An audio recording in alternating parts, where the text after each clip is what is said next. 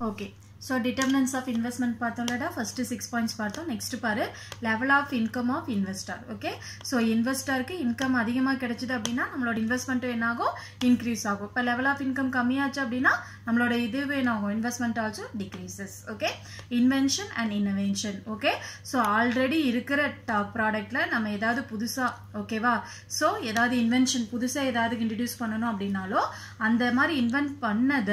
நம்ம innovation அப்படினா என்னடா நம்மளோட production processல யூஸ் பண்றது inventionனா புதுசா கண்டுபிடிக்கிறது innovationனா புதுசா கண்டுபிடிச்சதை நம்மளோட productionல யூஸ் பண்றது ஓகேவா அப்ப அந்த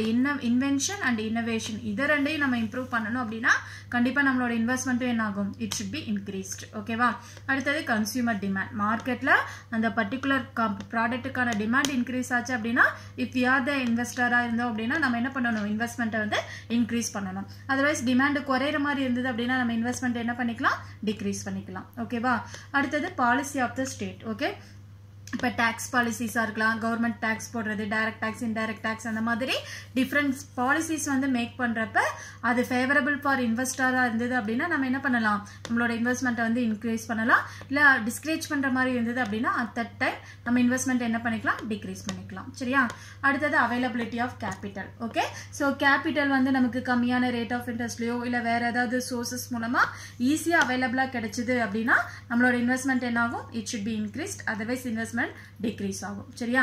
அடுத்து liquid asset of the investor okay liquidனா என்னடா சொல்லிருக்கேன் cash அப்படினு சொல்லிருக்கேன் இல்லையா சோ அவர் எவ்வளவு cash-ஆ asset வச்சிருக்காரு எவ்வளவு amount வச்சிருக்காரு ஈஸியா நம்ம என்ன பண்ணிக்கலாம் liquid asset-ஆ transfer பண்ணிக்கலாம் அப்படிங்கற மாதிரி வச்சிருந்தாங்க அப்படினா அவர் என்ன பண்ணலாம் இன்வெஸ்ட்மென்ட் இப்ப shares வாங்கி வச்சிருக்காங்க அப்படினா அது ஈஸியா நம்ம என்ன பண்ணிக்கலாம் சேல்ஸ் பண்ணி liquid asset-ஆ கன்வர்ட் பண்ணிக்கலாம் சோ அந்த மாதிரி வச்சிருந்தாங்க அப்படினா அவங்களோட இன்வெஸ்ட்மென்ட் என்னாகும் இன்கிரீஸ் ஆகும் சரியா so these are the factors should be determining the investment function except in a rate of interest including rate of interest அதுவும் very important அத தவிர இந்த factors எதை determine பண்ணுது rate of investment determine பண்ணுது ஓகேவா சோ இது இல்லாம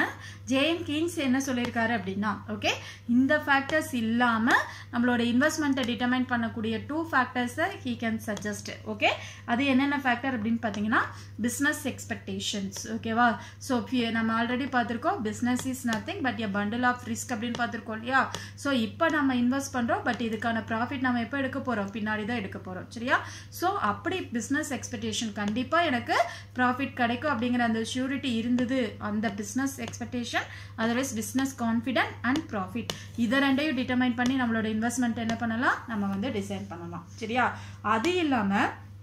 he also pointed out that investment depends on marginal efficiency of capital and rate of interest okay va so marginal efficiency of capital na enna rate of return நம்ம எவ்வளவு எடுக்க போறோம் இப்போ நம்ம இன்வெஸ்ட் பண்ணிட்டோம் இந்த இன்வெஸ்ட்மென்ட் மூலமா நம்ம எவ்வளவு ரேட் ஆஃப் ரிட்டர்னா திருப்பி எடுக்க போறோம் இப்போ போடுற ரிட்டர்ன் மூலமா நமக்கு எவ்வளவு அடிஷனல் ஃபார் எக்ஸாம்பிள் இப்போ 5 கோடி நம்ம இன்வெஸ்ட்மென்ட் பண்றோம் அப்படினா அது எப்படி எவ்வளவு ஒரு 7 கோடியே நமக்கு அடிஷனல் எக்ஸ்ட்ரா ஒரு 2 கோடி எக்ஸ்ட்ரா இன்கமா கிடைக்கும் அந்த மார்ஜினல் எஃபிஷியன்சியை வெச்சு we can determining the investment are you clear da so இது வந்து என்ன சொல்லிருக்காரு கீன்ஸ் வந்து சஜஸ்ட் பண்ணிருக்காரு சரியா so இதுல பாரு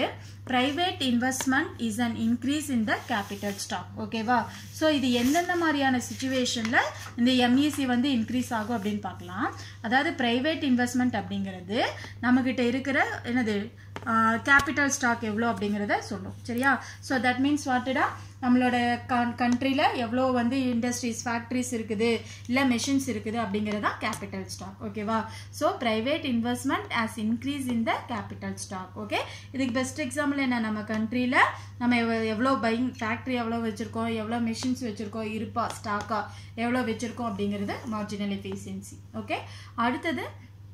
marginal efficiency state that rate of return on an investment project நான் ஆல்ரெடி சொன்ன மாதிரி நம்ம இப்போ இன்வெஸ்ட் பண்றோம் 10 கோடி இன்வெஸ்ட் பண்றோம் அப்படினா நம்ம rate of return எத்தனை கோடி ஒரு 2 கோடி எக்ஸ்ட்ராவா எடுத்தோம் அப்படினா that 2 crores is called as the marginal efficiency of capital so இதுவும் என்னது one of the important factor okay so specifically it refers to the annual percentage yield earned by the last additional unit of capital. ஓகேவா? So இருக்கிற இதை எல்லாத்தையும் சேர்த்து என்னது last unit of capital வரைக்கும் நம்ம வந்து இதை கால்குலேட் பண்ணணும். சரியா? இதில் பாரு இது ஈஸியாக புரியும். ஃபார் எக்ஸாம்பிள் இப்போ மார்ஜினல் எஃபிஷியன்சி ஆஃப் கேபிட்டல் எவ்வளோ ரிட்டர்ன் நம்ம போடுறோம் 5%, ரேட் ஆஃப் இன்ட்ரெஸ்ட் எவ்வளோ 4%. இப்போ இதை எதை டினோட் பண்ணுது அப்படின்னா இப்போ 4%க்கு நம்ம வாங்குற கடன் திருப்பி நமக்கு எவ்வளோவா ரிட்டர்னாக கிடைக்கும் அவுட்புட்டாக கிடைக்கும் அப்படின்னா 5%ஆக கிடைக்குது. சரியா? இதுக்கு பேர் தான் என்னது மார்ஜினல் எஃபிஷியன்சி ஆஃப் கேபிட்டல். இப்போ இன்ட்ரெஸ்ட் ரேட் எவ்வளோடா 4% இன்ட்ரெஸ்ட்டில் நம்ம கடன் வாங்குகிறோம். ஆனால் அவுட்புட்டு நம்ம எவ்வளோ வரும்னு எக்ஸ்பெக்ட் பண்ணுறோம்